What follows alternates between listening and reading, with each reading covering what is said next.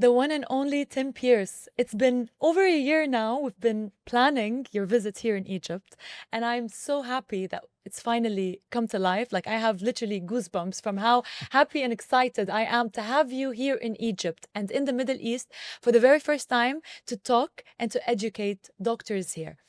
Thank you so much for your time. Thank you for coming all the way to Egypt from Manchester, and I hope you enjoy Egypt as much as we Oh, do. I'm very honored to be here, and I was just talking to my wife, how I'm very difficult to get to come places I because know.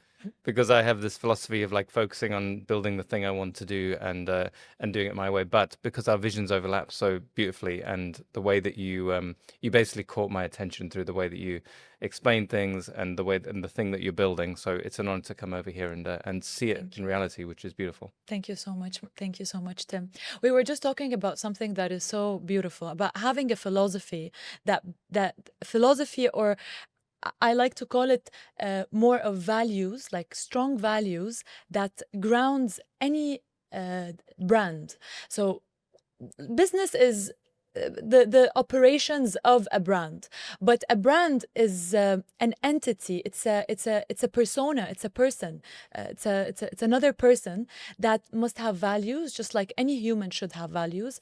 Must have a soul, so that people can feel and get to relate to it at a deeper level, and must have an organization of people that are loyal to this brand, that feel this brand, and the culture embedded by this brand in the organization that helps transmit those values by action on ground.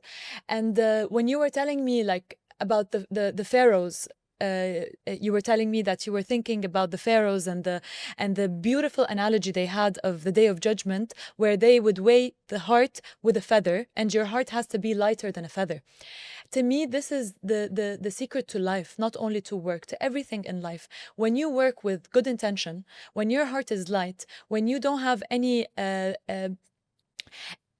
materialistic or non-value oriented drive behind your actions, and your intention is clear and pure, and you're not hurting anybody with your ambitions, you find the world and God making the universe work for you.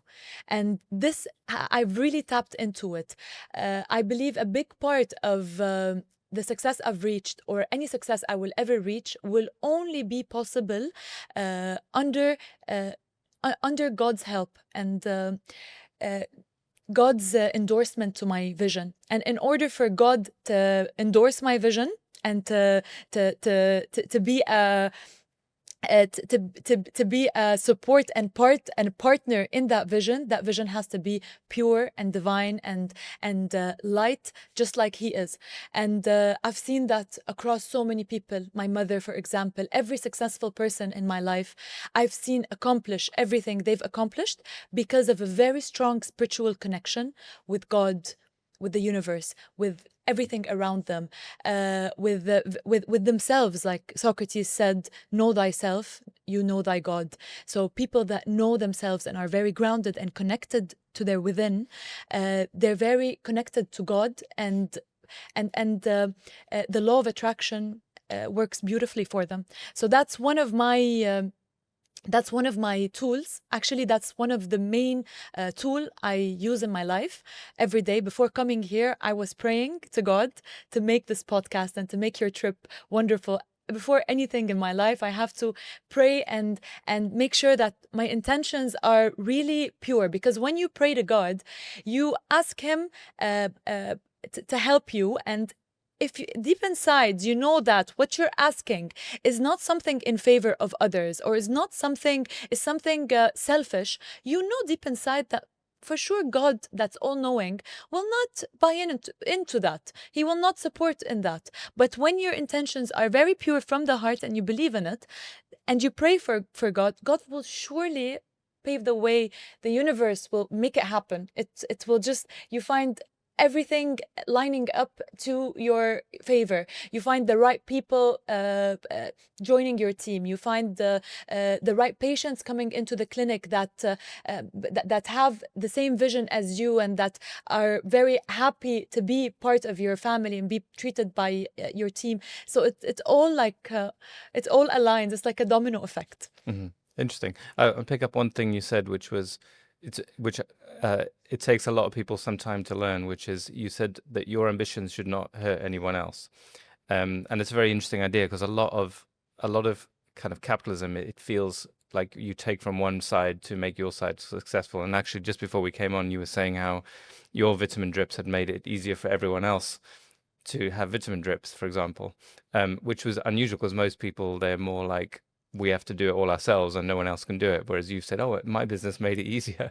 Made it easier for others. I yeah. actually love when I see that I am able to help others in the field, in my field, market certain treatments like regenerative procedures, biostimulators, market them and introduce them in their clinics, because I've paved the way for it. So I feel happy because I'm helping them bring the word out, and they're using it to help themselves in their clinics. God is so big, and there's abundance in the universe. And just because God gives me success does not mean that he will not give others. Some people think that God has a finite amount of blessings to give. Actually, it's infinite by nature. Everything is infinite that is divine.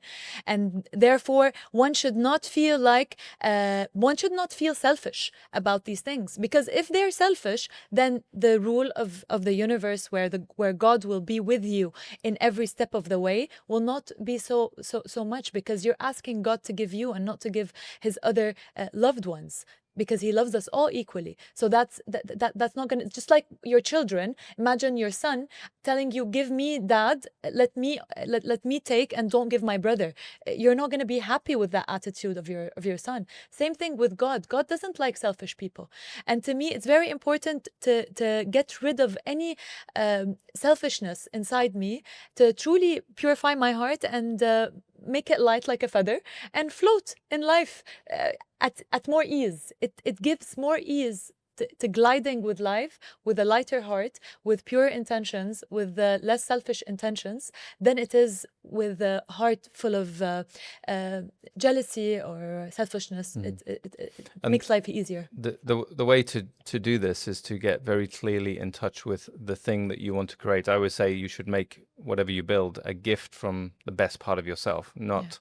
And unfortunately, I think the way most people start, if I look back at my career, I started out copying everyone else. I'm like, I have to do the same thing because I thought that's how I had to survive. But that makes you instantly more scarce, because you're always thinking, what is everyone else doing? And then I realized I need to build something that I want to build that's not to do with anything. And I always say, if you think you have too much competition, maybe you just need to choose a different goal.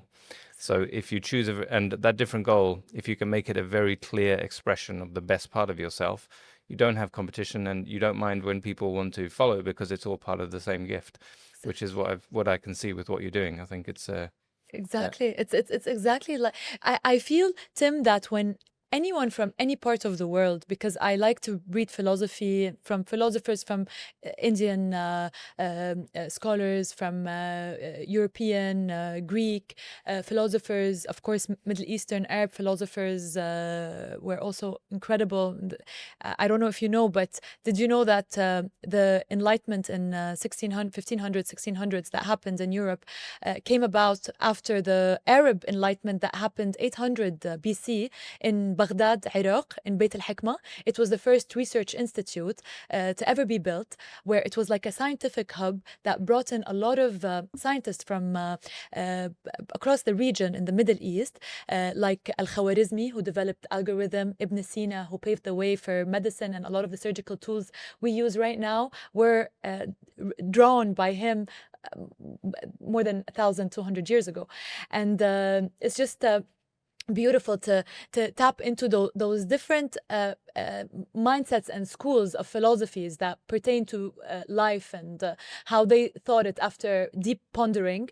And I feel like it all pours in the same sea. It's all the same. Be a good person, know yourself, ground yourself, connect with yourself, with your identity, and you shall find inner peace. You shall find your own strength. You shall be at peace with yourself and not be worried that others will come and take from your pie, because you have faith in you have trained yourself to have faith in you, and therefore faith in God. You got to believe in you, and that's what people lack in the beginning of their journey. That's what I lacked, at least that's what I lacked, and it took me time to develop. And I believe that our journey in life requires us reaching a point where we connect with ourselves, and then from that point the sky's our limit. Hmm. So something I've been trying to figure out, because a lot of turmoil in the world around, all these different ideas and new philosophies coming from different angles. But because I've become more interested in why different cultures were successful at different times. Yes. And I think one of the ideas that I think is useful in medicine as well is that each individual is sacred because of their connection with God, which no one else has. So there was this idea of a connection, and that made humans more basically Human. more valid. All human instead of like a machine that belongs to someone else. But it's so useful. I find it very helpful in a consultation if you see the person in front of you as sacred. There's something interesting and unique and beautiful about them that maybe they haven't even discovered yet. But a good clinician is trying to get to the heart of that valid human experience, because it's something that's connected directly with God, and you're trying to facilitate the growth. So this is but I think that is part of where ingenuity comes from. Part of what you're creating here is because you're letting something true in yourself come out. That's your inner Tao. That's what we call your inner Tao or inner light, because Taoism is the philosophy. It's a Chinese philosophy adopted by the Chinese after the Indian religions like Hinduism and Buddhism entered China. They didn't like a religion just like the regular religions of having. They wanted a philosophy, not a religion. So they turned the Buddhism into Taoism as a philosophy of finding your path to light by flowing. Their symbol is water, to just flow like water, no matter what obstacle comes in the way. You just glide over it with, of course, you can only glide with a light heart, and then you will find that light within you, and that light, that inner Tao we call. And this is exactly, that's why we're so aligned. It's because we're both trying to dig and tap into that inner light in the patients.